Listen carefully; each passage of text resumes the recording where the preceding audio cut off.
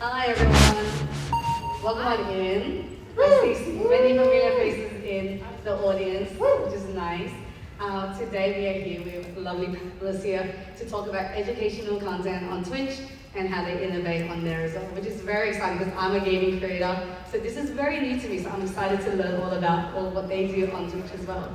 So without further ado, this is going to be the agenda for today. We've got panelist introductions and then talking about in depth of what they do. We do have Q&A at the end for about 15 to 20 minutes, so if you do have a question, I don't know if there's a mic stand here. I might be running around getting my steps in again, so just raise your hands and I'll pass the mic over. We just go, all right, awesome. We're gonna introduce first up, SciAnts. So hi everyone, welcome on and thanks all for joining us today. My name is Balint. I'm the lesser half of SciAnts streams. The better half is up there, Lita, my wife.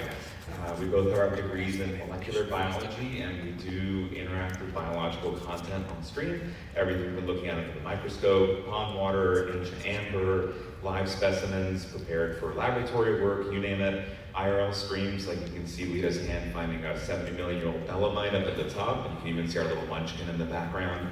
3D printing, science news, and artwork just to make science accessible. Woo! Woo!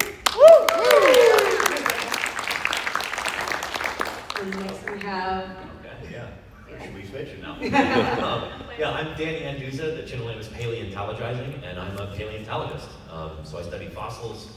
I did that long before I discovered Twitch, but I've realized that this is a phenomenal platform for science outreach. So I do live stream field work during the summers, so I go out into the field in places like Wyoming, Utah, and dig up dinosaurs live, show people what it's really like to be a paleontologist. I want to make people feel like they're really there. The whole point is to give people an inside peek into how fossil science works. So I do that through fieldwork live streams, through stuff from back home in my office, going over new scientific papers, 3D printing, art, interviews with other paleontologists, and tons of viewer Q&A, because everybody's got questions about dinosaurs and about prehistoric life, so that's what I'm all about. Yeah. And next up we have... Hi, I'm Casey Snow Art. I do art on Twitch. Obviously, I'm a former elementary school art teacher, actually, and I just decided to turn the camera on one day, is what I like to say while I was drawing. And I do a variety of things. We do like warm-up sketch sessions in the morning that we call the art gym. Come find me after if you'd like an art gym sticker. And then, of course, we do possibly some IRL sketch streams soon, but a lot of projects, sculpting, illustration, and lately some talk about conservation. A lot of stuff about the vaquita. This is a porpoise, by the way, not a save shark. the vaquita! Yeah, save the vaquita for sure. And very occasionally, my chat can talk me to playing like an art game like Journey or something, but I'm mostly an art streamer for sure.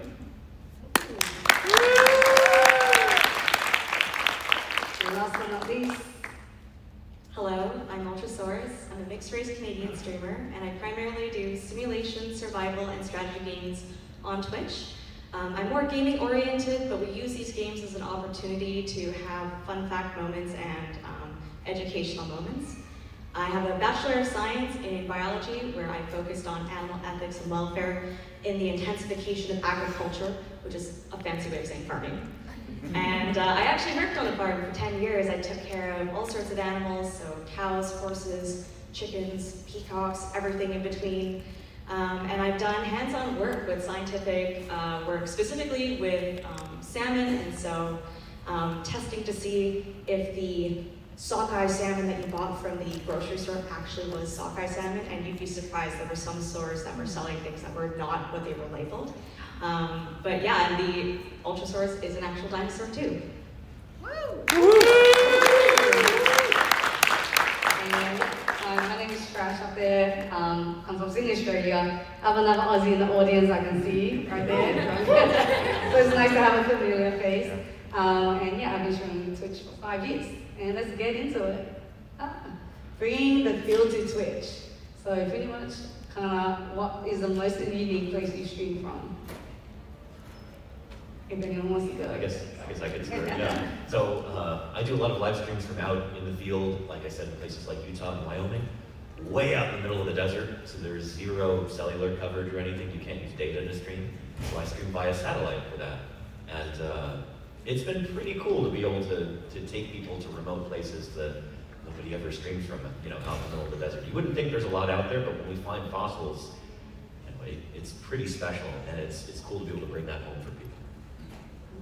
That's so cool. So for us, the coolest place is actually going to be this Monday. Just shameless plug. Anyone heard of the Frozen Zoo? That is not a place for penguins. It is an on-site place in San Diego where they store all the genetic information for extinct and endangered animals, and they do the cloning work to try to bring them back. And so we've been doing a lot of like field site visits to labs and like actually getting you knee deep into the science that we are experts in biology, but that's not everything, right? And so conservation work right up the front lines of molecular biology on Monday, 10 a.m. Pacific.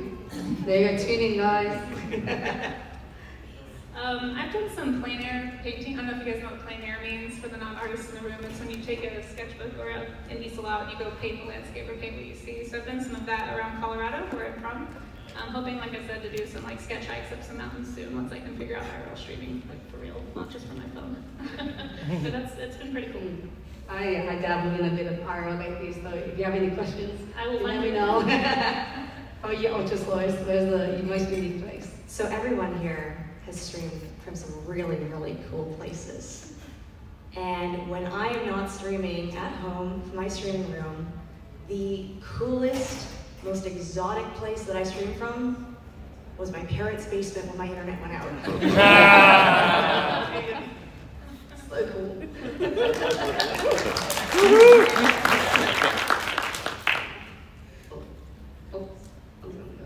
With merging education with entertainment, is there things that how do you like kind of counteract, like, do you have any like struggles when you stream education with entertainment or vice versa, and like, how do you kind of go with that? Sure, I can take this, yeah. So I don't want to go first every time. The cool thing about dinosaurs is the general public is generally aware of them. Dinosaurs feature a lot in pop culture. Everybody here has seen Jurassic Park, I'm sure. Yeah. But it's cool in that introduces people to this field, and then that gives me an opening to talk about the real science behind it. So back when I'm not in the field, when I'm in my office, you know, sometimes we'll watch videos online, scenes from movies and things like that, and talk about the depiction of dinosaurs or other critters in that, and then talk about the actual science. So if I can meld those two, you can use the pop culture stuff to kind of get people interested in the first place, to draw them in, and then you can talk about the real science and explain how oftentimes it's even cooler than the fictional stuff. Like take the Dilophosaurus from Jurassic Park. They make it about this tall. In real life, this animal was, you know, much taller than me. It's about 20 feet long. I think far more interesting than it looked in the movie. And yeah, oftentimes there's ways that you can take the pop culture thing and show people how the reality is even more fascinating than that. Yeah, for us, we are insect geneticists, and most people don't care for bugs, so if I show photos of bugs, it's not helpful. Although a lot of video games, though, nowadays have actually been a gateway for it. So like Grounded and Silk Song, right? There's a lot of insect-based science there. But what we've been doing is using art to kind of merge the two fields together. So if you see a picture of a bug, you might be like, oh, that's kind of gross. But if it's a bug dressed as Iron Man, you might be like, that's weird. Tell me about this. And then I got you in, and we can talk about the science behind it. So it is difficult making, how do you just put up a paper in the background and talk about science news and not make it be boring, right? So we have a bunch of chaotic redeems that you can trigger. There's like 400 different animations that can run across the screen, and it's like, okay, it's a show, but you get to learn along the way and engage with the audience as well, what they're into. Do you structure your streams, like each stream, or is it always random of what you learn? So it's always microscopy Monday, experiments on Tuesday, art on Wednesday, games Thursday, news Friday, sci-fi science Saturday, IRL work Sunday. Every day. Every day. And then there's a plan. So the behind the scenes stuff too on the educational side of things is we don't just turn, no streamer here just turns on the camera, right? But there's like 4 to 5 hours of legwork, making sure you're up to date on the literature, that you're expressing it correctly, and you're conveying the information in a reliable and accurate way. Yeah, I mean, for me, obviously as an art streamer, I'm not exactly a scientist, but I feel like art and science have a lot of crossover, right? I always say that some of the most curious and I don't know, enthusiastic people that I know are scientists and artists. And so if you have an interest in something, and I feel like to anyone who is a streamer, I feel like you can merge education with what you're doing. Like, you can talk about the things you know in your life outside of streaming that can kind of bring your community together. I think it's an overlooked thing on Twitch a little bit to not incorporate education more into streaming, because it's a way to bond with your community. Like, they're gonna start coming back not just for the game you're playing or the content, but for you and your knowledge. And I don't know, for me as an artist, I like to educate about how to draw. I'm really passionate. I won't go into a full spiel now, but like, anybody can draw. Fight me after. I will tell you, like, it is a skill. We can talk later, but it is. I have taught so many kids, and I'm telling you, everybody starts in the exact same place with the exact same crazy circles, and it is just the amount of time spent learning that. And people get excited about the idea of that. Oh, maybe I could learn to draw. And so we started in the art gym, or like animals, like. Most people don't hate animals. Like, most people have a favorite animal. Like, conservation is something I feel like anybody can incorporate into their community and their stream, because everybody has a favorite animal. Yeah, so there's ways to work it in, and that's how I've been doing it. Ultrasaurus? Yeah, I think I have a little bit of an easier time merging education with entertainment, with especially a lot of the simulation games that I play.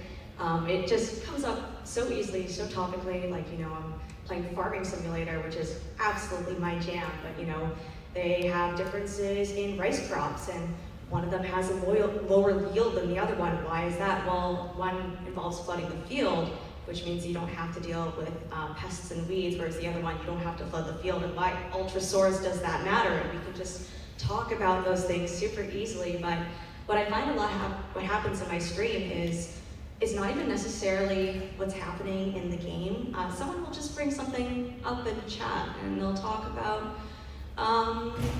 white Bengal tigers, and I'll go, well, did you know about white Bengal tigers and the ethics behind it?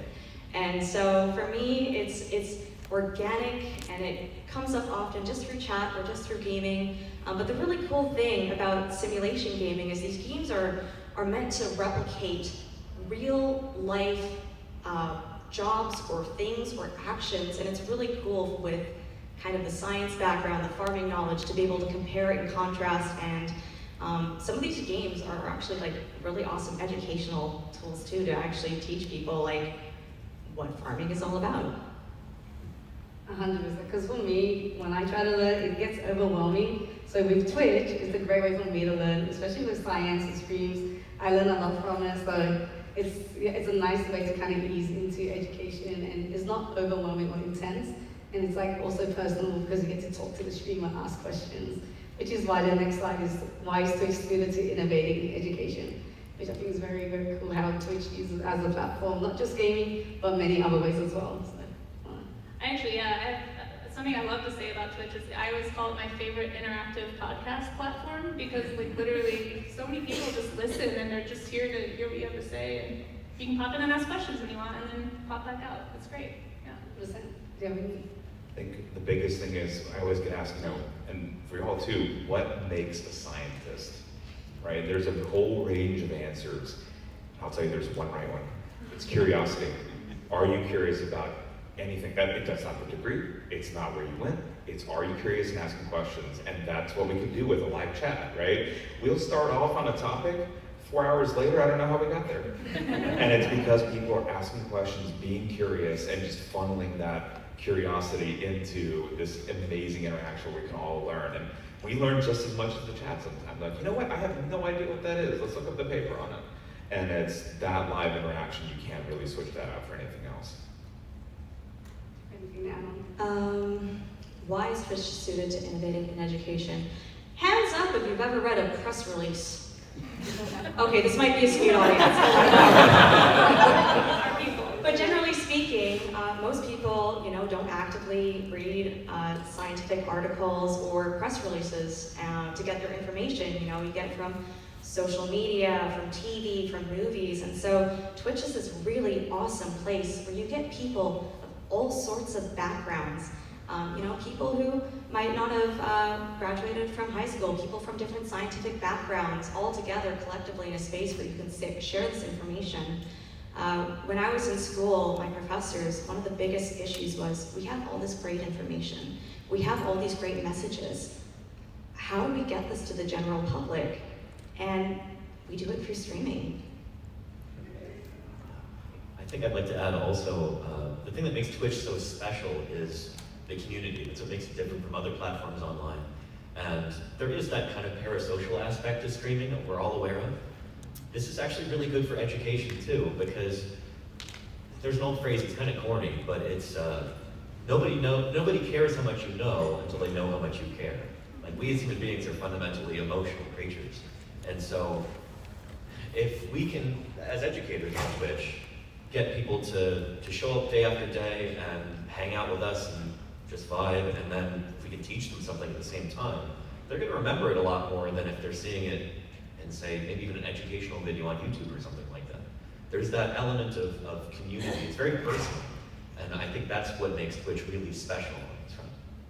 Which is the next slide. Good timing. About authenticity, trust, and community. So, as in, yeah, I guess dabbling onto that, we want to go into depth more about that. If you have any stories to share, community in real life stuff, maybe people have come up to you from the community and talked about how, like, you know, you've helped them in ways. Like, if you have any stories to share us. I mean, as far as like authenticity and trust, I think those are really important. Like, people can tell when you're not really into it or you're just kind of putting on a show. And I think that's part of the appeal of an educational stream in general, is like, usually you're not going to try to educate about something unless you're kind of a nerd about it. And it usually, like, nerd excitement kind of triggers more nerd excitement from the chat. And I don't know, it's been really fun getting to know all these guys and learning how to nerd out about the things that they're really excited about, and then getting to share that with my community. And I don't know. And I just think that's a big piece of it, is just let your true passions and your inner nerd show, I guess, which shouldn't be too hard on Twitch, I would imagine. Yeah. Yeah. Yeah, it's definitely it's all community driven. Like, one of our favorite stories is we've got folks who, you know, have never attended high school, and they come in and now they're like, I love genetics. All right, and it's activating a gene via light, and they're like, I love this. I went home, I told my wife about this. Like, oh my God, that's awesome. So it's building the community, it's honing in on that excitement that you're giving across, and then the other flip side to it is like the trust value, right? We all know there's a lot of misinformation. Ultra mentioned headlines. We had people come in the chat that there's no ants can smell cancer. I was like, whoa, that press release sounds crazy. Turns out it was open cell dishes that they could interact with. They couldn't actually smell a tumor on a person. The press release made it sound that way. And so it's using your expertise, whatever that may be, and conveying what the actual information is. So if you're doing in the educational field, you now have a responsibility to convey the best possible information to someone, right? Don't do what the media does, don't spin it, just give us the actual facts. And that's, for me and Lita, it's not about telling you all what the paper means, it's giving you the tools to decide on your own terms if you buy the paper or not. We have plenty of people who are like, you know, I'm not convinced by this experiment.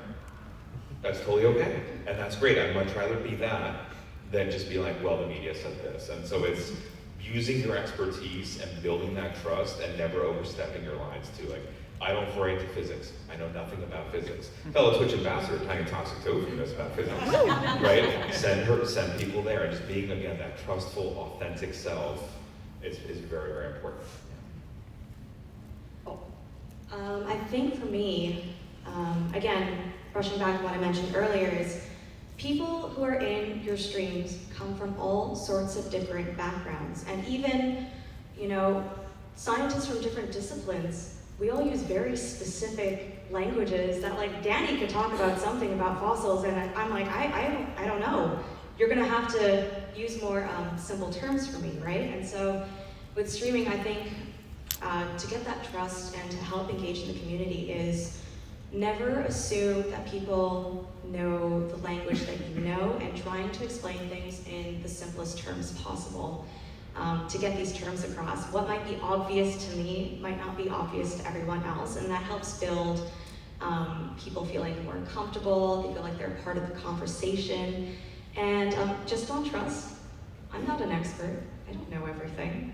And you know what? Science is always evolving and changing, and I've had moments in chat where I'm like, hey chat, you guys can correct me on this. I was like, I think whales evolved from something more wolf-like, which is what I was taught in high school, but I believe they're more closely related to hippos. That's right. Yeah.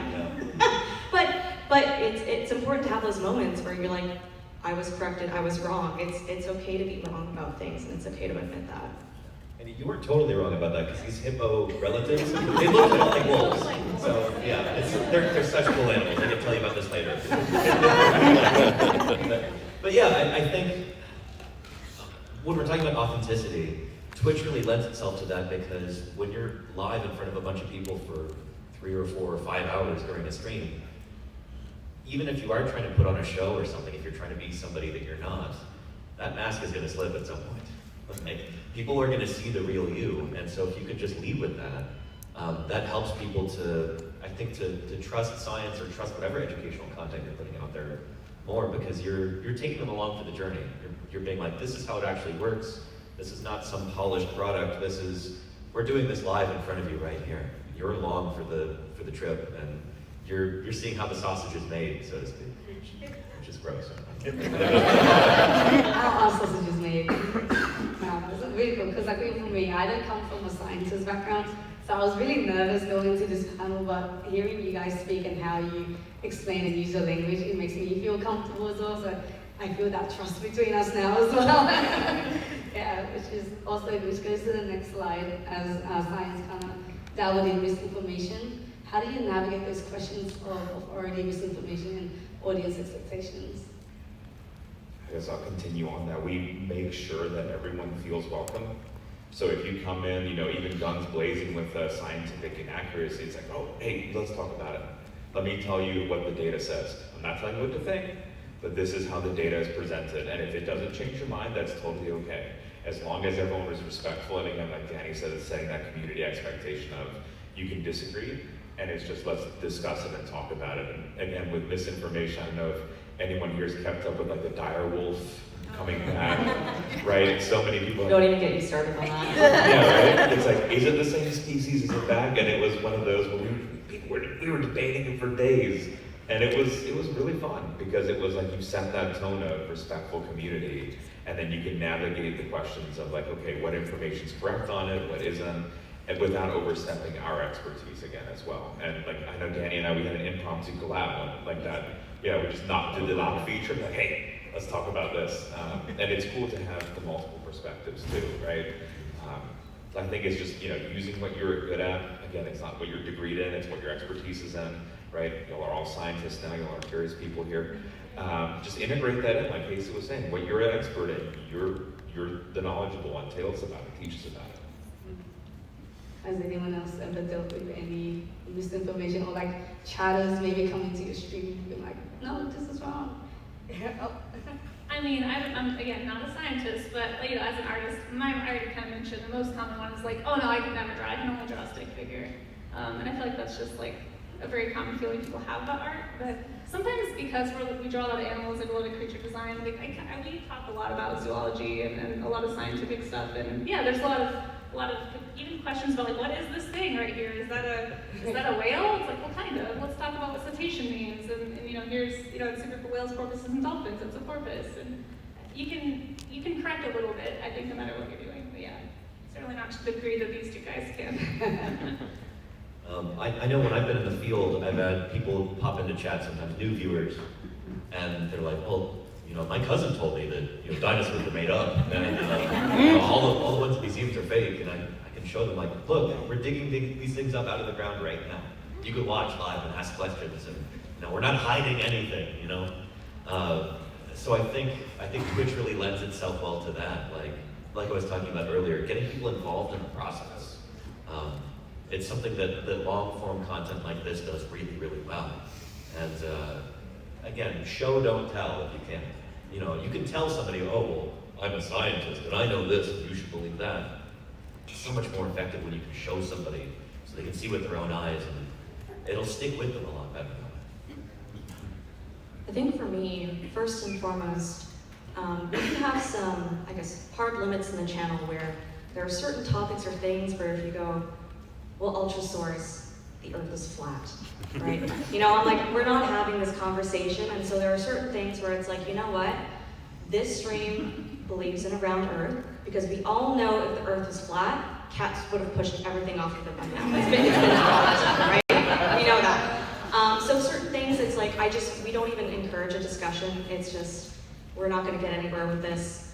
But generally speaking, you know, sometimes even people come in with some outlandish claims, but I think it's important to listen to people and go, hey, do you have a scientific article for that? Do you have information? Like, I know nothing about that I don't think that's true, but I think it's important to not shut people down and have those discussions, and I can guarantee you more than 95% of the time they will send you some .com, not research paper website, and that's when we talk about, you know, reliable sources for information. That's another whole other segue, right? But in general, again, I'm not an expert in everything, and so if I get a complicated dinosaur question, go ask Danny. Get asked about insects, go ask SciAnts and conservation and everything else in between, and whales. Go talk to Casey, right? Like, we have experts, and I'll encourage my viewers, go have those conversations with them. Oh, that's so cool. Which then goes to tools and techniques as well. So, what tools and techniques do you find most helpful in your teaching?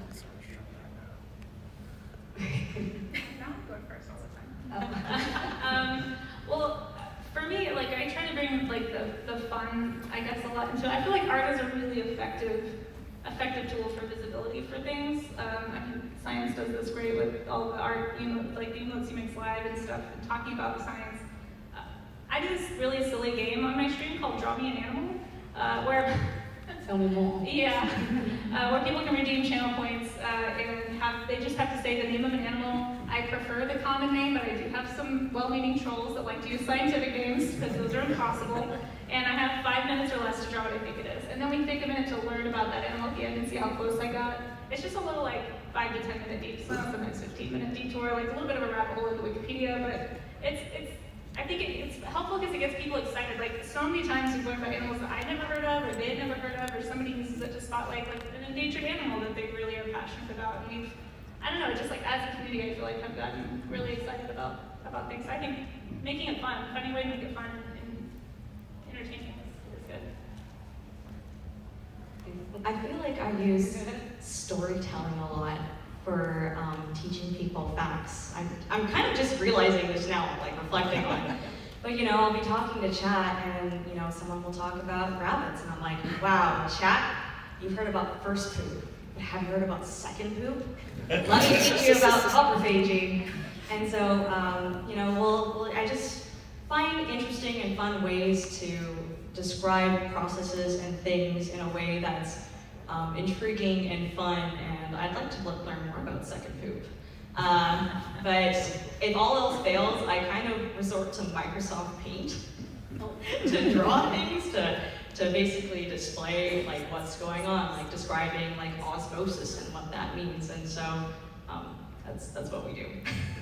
We should have got some drawings to put on the panel. Yeah, I think a big part of what I do, especially when I'm back home in my office, when I'm not in the field, is I'll try and pull up resources online and give people links if they want to look into something further, because I get a bunch of questions on every stream. And if people want to take a deep dive into the ontogeny of Triceratops, or like carboniferous swamps or something like that, I'll try and give them a link to a video, and you know, I'll kind of do a little teaser so that everybody knows what we're talking about. I'll be like, well, we need to move back to our topic, so here's this. And there's a lot of other online resources like a geological timescale that's interactive. So I can show people, rather than just say, oh yeah, 200 million years ago, I can show them, you know, on the timescale where that is, and this is where dinosaurs first evolved. Here's where they went extinct. Just trying to, like Casey was saying, provide visual tools to people. It helps them remember things a lot better. And if you can spark an interest there, well, they'll later on in their own time do a deep dive on a topic. That can be really cool. Sometimes chatters will come back a few streams later and they're like, I learned everything that I can learn about Quetzalcoatlus, this giant flying reptile. I'm so jazzed about this. Where can I find more information? And that sort of thing is, it really gets people into science in a way that's not superficial. And that's kind of, I think, what we're all about here in terms of education. Especially me. I think I'll echo the visual side of things as well. So for us, like looking under the microscope, I think is a really fun way of teaching actually entomology. So we'll look at a 30-million-year-old amber with insects. I've never looked at it before, and we live ID who's in there. Now, 30 million years, they haven't changed that much. So a lot of the identification tools that you can do on those ancient fossils, you can do on today, right? So we're gonna start learning through that visual cue, and then we take all the photos, put them on the Discord. People messing up, like, using this as wallpaper now, and I'm pointing out to people at work what this is, and it's like, it's further funneling, right? Giving folks the resources, like, you know, we can only do so much in a 6-7 hour stream, but here's all the resources that we looked at, here's the videos, we've got a drawing tablet, I'll draw CRISPR every so often, breaking a gene, and here's what that means. I always tell folks, if I say something that doesn't make sense, ask. And if it still doesn't make sense, ask again. I'll do it a different way. We will get there, because when I was a kid, there was without doxing myself, by the SciAnts rule and the Balint rule, where the teachers were like, you know what, you gotta stop asking questions. Yeah, knock that off. And so I just, like, we even have it as a rolling command. If in the chat, if you're nervous to ask, DM a mod, and we'll ask it anonymously. And it's just encouraging that curiosity again and fostering that. And that goes back to community, like Casey and Danny were saying. I was gonna ask, like, do you have any like specific tools or bots or like overlays that you use on your Twitch channel or while you're streaming to kind of show, track anything or anything you like? Yeah, there's the geological timescale that I mentioned from stratigraphy.org. Do we have any geology inclined people here in the audience? Maybe not. A few, yeah. Nice. Yeah, and then there's a wonderful tool that shows how living things are related to one another. Onezoom.org, the tree of life on there. I use this multiple times every stream. It's this really cool fractal thing where you can zoom out from all of life into one species and see how it's related to everything else. And people go nuts over this. I have people asking about that every stream. Is this an app? Where can I get this? It's a website. I want to shout out Danny on this because he taught me that. So like he's got the bot where he's got commands that trigger for the common use tools that he uses for explanations, and it's really visual, and it's just, you know, the mods know the commands, and it's so easy in your screen to make that tool accessible to everyone in the audience right away, and that makes a lot of a difference. Really glad it's been useful. I'm addicted to OneZoom. I just want you to know that. So cool, right? Yeah. My whole chat rolls their eyes. I can feel it every time I pull up OneZoom. Prepare yourself for some rabbit holes, guys. It's great. Source, yeah. I don't think I do anything outside of the ordinary. We mostly just have conversations, and if we end up opening up an article, like, Danny, you do such a great job with this, but, you know, linking it into chat, being like, if y'all want to do more homework, you can click on that. I'm going to go back to driving this tractor. So we do have time for audience Q&A. So if anyone has any questions, pop your hands up, and I'm going to be running around, getting my steps in. You got to figure it here. One moment.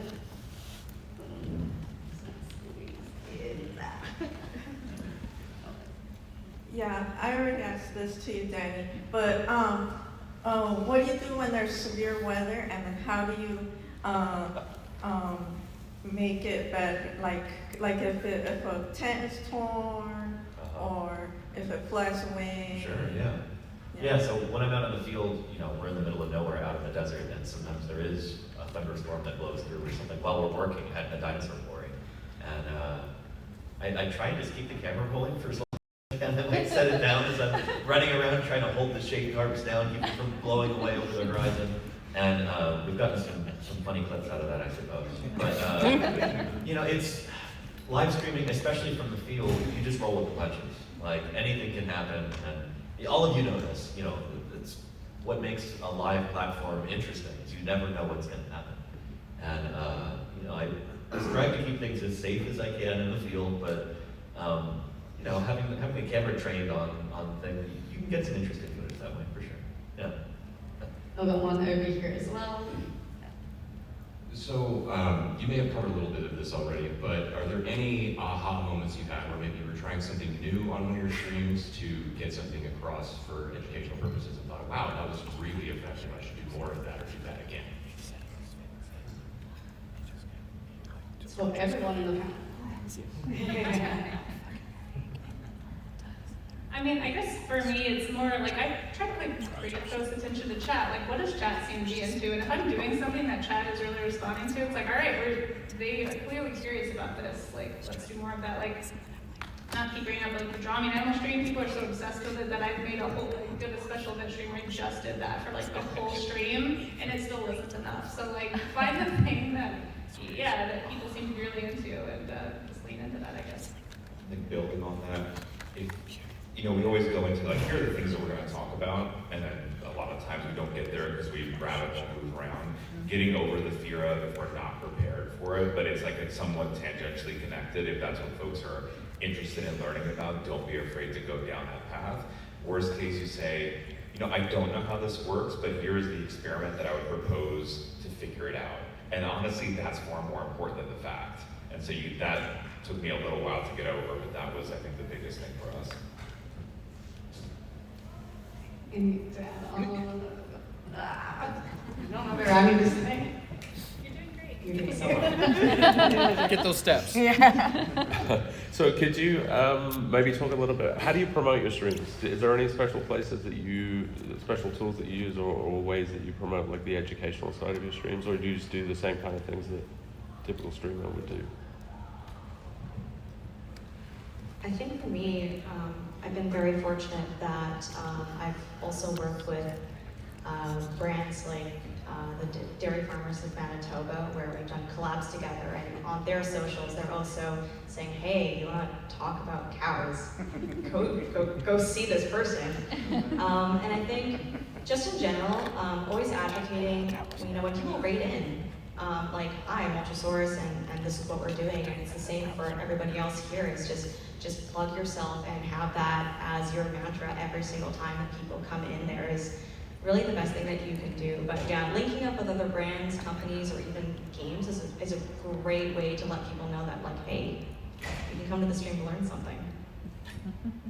Yeah, I think, so self-promotion is hard, right? I think everybody's like either afraid to do it or bad at it or feels like they're bad at it. Like, I think for me, one of the things I've found really effective has been to find other people who are doing something I'm interested in learning. Like, granted, as an art streamer, like, there's all kinds of artists on Twitch. I didn't know art is a category on Twitch, and there's like oil painters and sculptors.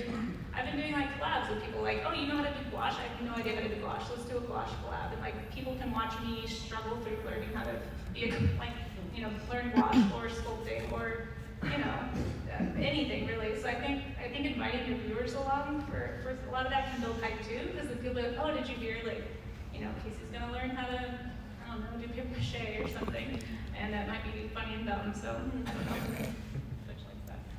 I'd say too, don't be nervous or getting in your head about trying something that's new. Like, I think we all have approaches that are really, really unique, and it's okay to step into that. So like, what's a scientist playing Silk Song? Right? Let me tell you about this one scene with these little ants carrying away trash. That means they have oleic acid on that compound and they're carrying it away, right? You can link anything to your expertise. If you're passionate about it, you can link it. And so trying out new things, like to a game connection, like Danny is on the Steam page for a game review. Did y'all know that? Right? And it's because, we're willing to reach out and step outside this box just to get that message across. And I feel like that's usually what we run into as like, you have training in like at least an academic background, you're supposed to have a PowerPoint, you're supposed to have the paper, and that's all you're supposed to do, and you can't be silly, you can't be goofy. Just let it go. Be yourself, what you're interested in, you'll link it up. Food science, do food science. Well, talk about how the temperatures for cooking. All of it, you're the expert in it. You can teach it. So there isn't one way to do it. Step outside that box. I've personally been terrible at self-promotion. Like, I don't really have any other social media or anything like that, but I can give you maybe one piece of useful advice.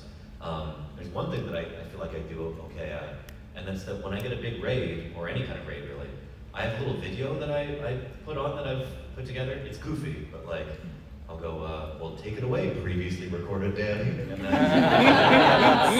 well, thank you, present day Dan. Let me tell you a little bit about this channel. And so I can play that anytime new people come in, and that gives me a chance to get up and go to the bathroom in the middle of the stream. And then it also gives people a little trailer of like, this is the sort of thing you're gonna see here, this is what we're all about. And I find people respond really well to me. So if that's a useful piece of information for you, that one's free, yeah. I just wanted to add on real quick too in SciAnts, I'm surprised you didn't say this.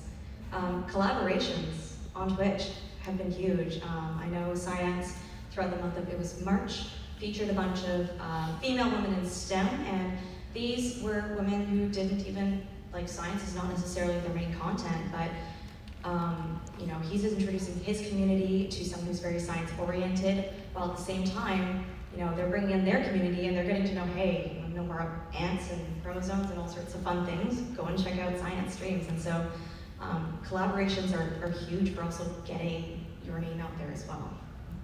It also feels validating too, right? Because some folks are like, well, I'm nervous to talk about my expertise because the audience isn't used to it. But when we merge those audiences, I was like, whoa, she knows all about mathematics. Or like, wherever you are. Right? Then our people are going to go into her stream and be like, can you talk about this thing too? And that helps grow as well. There's so many experts on the platform and so knowledgeable about so many things. Like, just reach out, right? You're going to pull in some people and then you'll grow together. There's room at the table for everyone, right? We have one of you. Hi, my question is for Danny and Lisa. I was wondering, do you need to get special permission from the federal government to live stream your digs, and what precautions do you take so you don't accidentally dox your location? Right, that's a great question. Yeah, so I almost entirely work with public land, like Bureau of Land Management, federal land. And it kind of varies location to location depending on who's running like the BLM office in a particular area. I try and be careful not to say no detailed information about where we are in particular. There's always a danger of like fossil poachers showing up or people who, you know, might vandalize a site overnight or something. And so, yeah, just being a little bit cagey about location. But generally, the folks that I've been working with at these agencies are very enthusiastic about showcasing science. And so they've been pretty receptive to the idea of live streaming like that. So I feel lucky in that respect. Does anyone else have anything to add on? No. Ryan. Oh, okay. Cool. Thanks for the panel, guys. I really appreciate it. And yeah, I think a lot of the younger generation probably resonates a lot with y'all's like format of content. Especially nowadays, kids don't really read books or textbooks, but they love to doom scroll, they love to go online on the platforms. I was wondering, because my audience is mainly like middle school, high school kids. Have you guys ever tried to like punch into the sphere of working with school districts? Like to kind of expand your reach towards like more high school students? I know it's a difficult one, but just curious. So Lita and I actually do school visits, and we will go, and it's not screened, we go in and teach schools about science, whether it be in person or virtually. We actually give the classroom one of the amber pieces that we live identified on stream. So there's that connection back, like, guys, this was all identified by Twitch chat. And we're, you know, not necessarily experts, and the kids are like, whoa, I could do this too? And it's like, you know, the classroom holds it, and even if we don't go back the next year, it's like a continuing story. So there's also a lot of online services that you can connect with other schools too, like we've spoken to schools, you know, East Coast, West Coast, Spain, Australia. There used to be a program that's still active, Skype a Scientist. You can sign up and just talk to classrooms and further plug like what educational opportunities are that you present. So I would really look at some online resources too.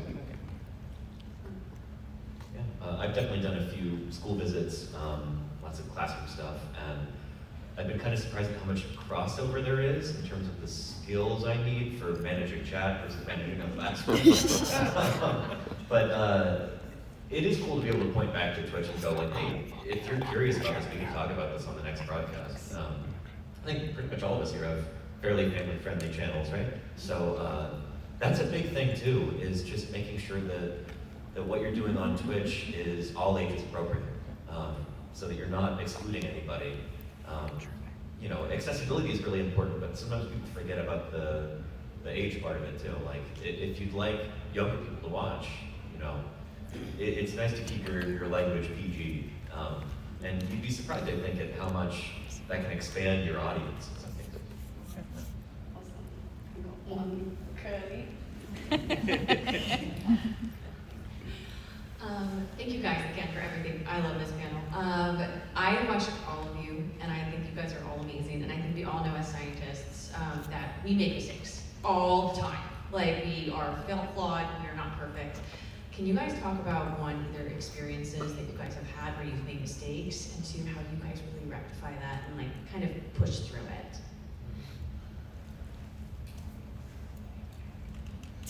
I mean, for me personally, like just in very simple terms, if I'm wrong, I'll just flat out admit that, right? No one likes it when someone doubles down and won't back down, and we're human. It's okay to be wrong, and I think that genuinely helps to build a connection with your community, because no one wants to hang around with someone who what I say is right and that goes, and so that's the biggest thing. And I've genuinely found that, like, when I just say, hey, you guys, you know what, I'm sorry, I was wrong. And I say to the person, thank you so much for bringing that up. I know now for next time. But people are pretty receptive to that.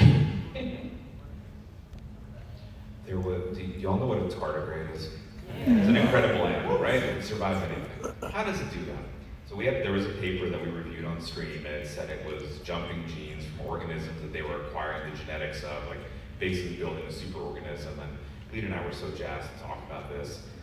A few months later, the paper was retracted. It was all contamination and wrong, right? And so that is going back, and you have to be like, it's not even that it's your work, but you're presenting it in a misinformed way, and then going in to be like, this is how science is. It evolves constantly.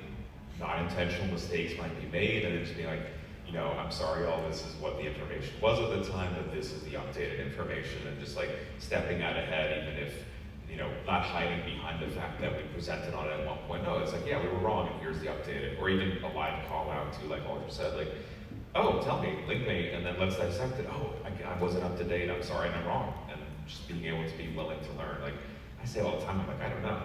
And that's okay. I think that's a good way around it too, is being able to be comfortable to say, you don't know, but here's what I would think that you would test it at. That's always the approach I take it to. I mean, not to be too t-shirty, but there's these things called teachable moments too. Like, I mean, you can just say like, oh, I wonder why I was like, why? Let's find out like what I messed up here, and like turn it into like a group. Well, let's all go on this journey of me being wrong together. You know? It definitely happens. Sure, yeah. So let's see, mistakes. When you're doing fieldwork streams, there's lots of stuff that happens. You might drop the camera, something might fall over, I hit my head on a stone ledge or something like that. And I think that works to humanize science in a way. I think especially in the US, I think a lot of folks have kind of an odd view of scientists and just this idea of like scientific authority. They kind of forget that like scientists are human beings too. And we work by the rules of science, and that's what makes this such a cool enterprise for finding out new things. Being able to take people along that process, like I was talking about, is really cool. When they can see all the mistakes along the way. Science is littered with mistakes. Like, that's how we learn things. That's how we advance our understanding of the world around us. And so being able to roll with that when it happens live, and also point to lots of cases in the history of science where we've gotten things wrong, and that's led to an increased understanding that's much more solid than it was before. I think that's an important thing to show people. Awesome. Thanks for the question. I got one here. Hi, my name is Mia. I'm a financial coach and educator, and I've recently been thinking it could be fun to stream on Twitch, doing educational financial literacy content. So what advice would you have for someone just starting out, getting into the educational content space? I mean, I say this to anyone getting into streaming. You guys might have different advice too, but like, get involved in the communities that already exist. Like, see what other people are doing. Join some Discords. Like, make friends. Like, really, Twitch it's a community-driven platform. So if you don't know anybody and you just start out, you're gonna stream into the void. I mean, everybody does. And when they start, there's always the void stream. We all hate that. We fear it. But like, everyone starts there, but it doesn't have to last as long. I think if you already have friends going into it. Yeah. I would say be your most authentic self and let your passion shine through your content. Don't be discouraged when you have people coming into your stream and they're like, I'm not interested in this, because over time, I just feel like this light shines out and you build this community of people who are interested in the content, who do love what you do. Because when I first started streaming and I would talk about these fun facts, I would have people come in saying, that's boring, when are you gonna be finished talking about this? I don't wanna hear about this, please just drive the truck. And it's hard, it hurts, because I'm talking about something that I love and I'm passionate about. And so don't be discouraged, and you will bring together a community who loves you and for the content that you do. Yeah, would say the two things that we learned at the very beginning was being comfortable with your own voice. And you just gotta fill that void, and it's hard at the beginning. And luckily, Lita and I co-stream, and so we were basically broadcasting the nerdy conversation that we would have had anyway over dinner. So just being comfortable talking and narrating whatever it is you're doing, and then what do you find fun in a stream? It doesn't have to be another educational stream, for example.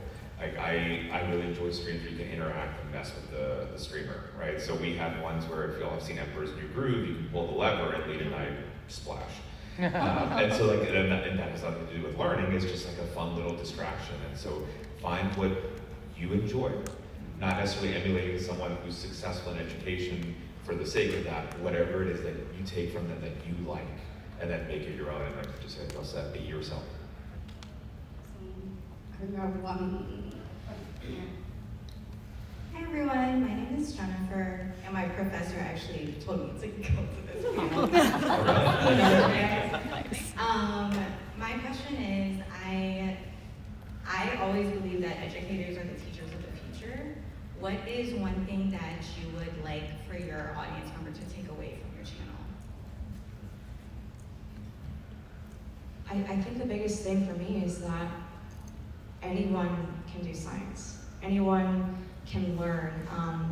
I share this on stream. I never graduated from high school, but here I am. I have a Bachelor of Science and Biology now. If you have a want, if you have the drive, you can do anything that you want to, and no one is too dumb for anything, and there's no such thing as a dumb question.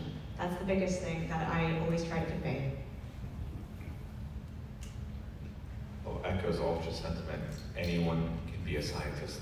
It's not the degree, it's not the funding, it's none of that. It's, are you curious? So many scientists that have that high fancy degree have lost that curiosity. And that's the purity of learning, is just wanting to ask how something works and not being nervous to ask. And that's the most important skill, I think, that we're kind of de-emphasized on in education, but that should be really pushed. It's okay to ask questions and just be curious about everything. I'm like, Danny, I know you told me about ontogeny 60 times, but I want to hear it again. And it's okay, right? And just making that atmosphere, like Ultra said too, there's not any kind of bad question. Ask it again. I know everyone's asked already about CRISPR, let's do it again. Who cares? You know, maybe we'll explain it a different way that even hits a little bit better for someone. Ask that question, and you'll be a scientist. Yeah, I would say be a lifelong learner, right? Like, stay curious, be observant. Like, the world is really cool. There's a lot of cool stuff to learn and to do and to see, and you can't learn all of it in one lifetime, so you might as well start now. Yeah, I think echoing those points, with paleontology in particular, a lot of folks don't realize how easy it is to get involved in this science. Like, if you want to go out and dig up dinosaurs, contact your local museum. Like, get in contact with some paleontologists. We always need volunteers. You don't need a degree, you don't need any prior experience, we'll train you on the job. Not necessarily every scientific field is like this, but in paleontology, there are a lot of amateurs, just, you know, regular people who make really important discoveries. And it's a lot more accessible than you would imagine. So I've been really proud that in my community, there are a few people who joined and then, you know, they watched a bunch of streams for a couple years and they got really into paleontology, maybe they had no interest before. Now they're pursuing a career in fossil science. And that is like the highest praise that I could possibly get. And yeah, if you're interested in something, pursue it. Whether it's educational streams on Twitch, or whether it's getting involved in a particular scientific or educational field or anything like that, getting involved in art, you can do it. The world's your oyster, you know, you can make it happen.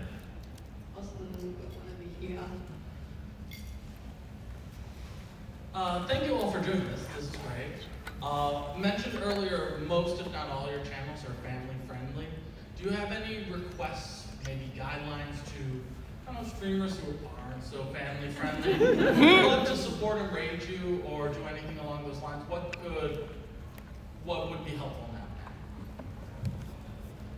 So we raid out too and get raided by a huge community. It's one of the things I think we're all really proud of, is each of us have an incredible network of non-gamers, gamers, streamers, and it'll be different based on the streamer who's coming over. We have some who are like, guys, we're going over somewhere family friendly, just play it cool. and the community does, or if they come over, there's some really great auto-mod tools that'll flag certain comments, and you can just be like, hi everyone, welcome in, just so y'all know, we're family friendly, and they're like, oh, so sorry. No, you're fine. You didn't know. It's all good. It's all good. But yeah, we can talk about the anatomy that you're talking about. So like having that humor behind it too, for your family friendly, like playing along with it, being able to go with it, having the auto-mod tools that no one really sees, and then just being upfront with this is why we do it. I'm sure for Danny's school visits too, there will be parents who put the stream up of Danny's stream so the kiddos can watch. Like we've had a 5-year-old girl who was terrified of bugs, and now she names ants on the sidewalk, and it's all because she watched the show. And it's like parents were like, we were comfortable putting it up because we know that these things are happening. So when you come over, you prep the community, just heads up, or just leave it to us, and we'll be ready to go with the flow. All of us have some really good mods. So big shout out to the moderators of each of our channels that do so much for us to make that happen.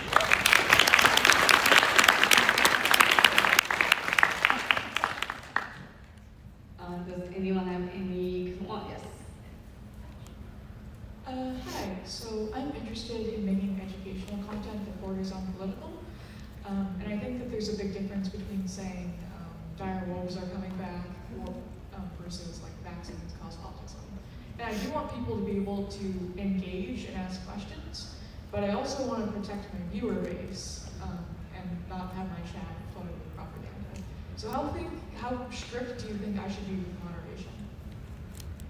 That's a tricky one. It's difficult, and some of us deal with topics that can be a little bit controversial. They veer into politics occasionally. Balint and I will talk about science funding occasionally, and like government policies that affect that. And so I think just the approach that I try to take is, here's my viewpoint as somebody working in this field, and you can take it or leave it. It's like, this is what I think, this is what my colleagues think, and here's why. And not everybody is going to appreciate that. Like, the internet's full of all different kinds of people with all different kinds of viewpoints, and I think just if you build a robust community, and if you're authentically yourself, people to a certain extent will respect that. And if you have good moderators, if you have a community that you've built that really vibes with you, they'll defend you on a lot of this stuff too. So don't be afraid to speak your mind about things, and just kind of follow the evidence where it leads, I guess, and show people that's what you're doing, that's your process, that's how you're coming to this in the first place. For me, do what you're comfortable with.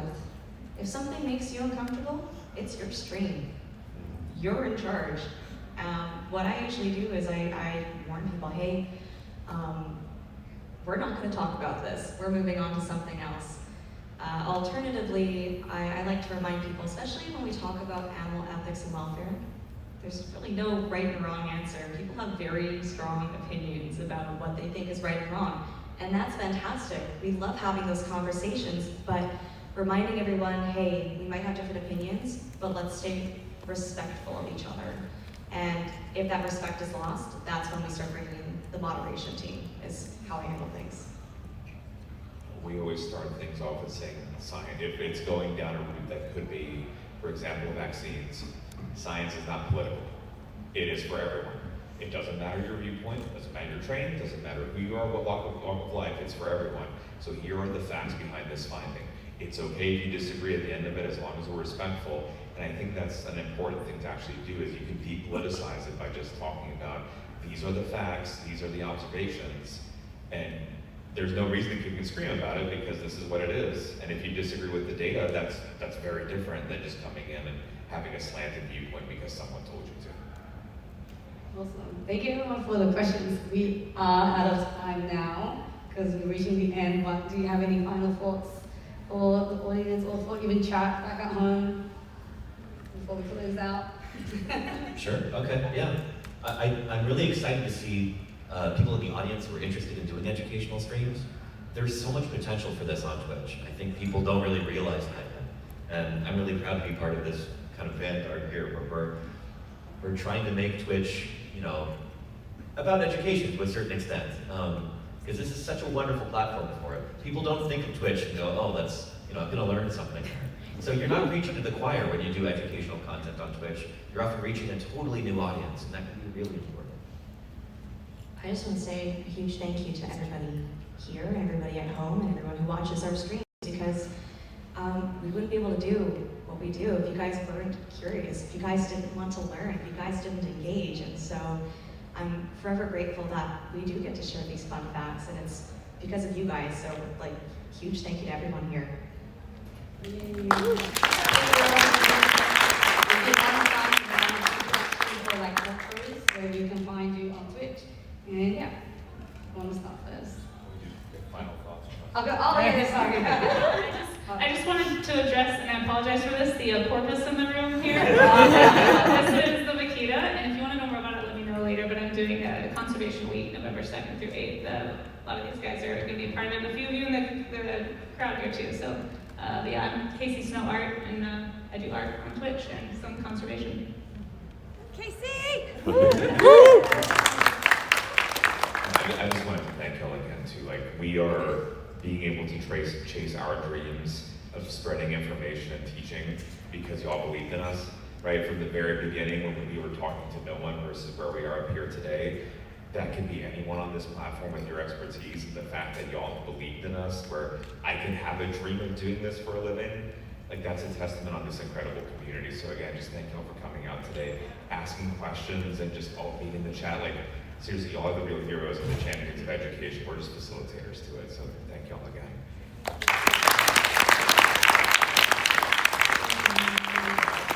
Find me and Leah at SciAnts_streams. There's merch all over the room. I have stickers. Come up and find me. Okay. Yeah. I'm Danny, paleontologizing. You'll find me for a sticker too. There's a QR code. I know paleontologizing is the easiest to spell. You can find me on twitch.tv/ultrasource. And we stream all throughout the night. So if you're feeling lonely at night, you know where to find me. Thank you so much for that.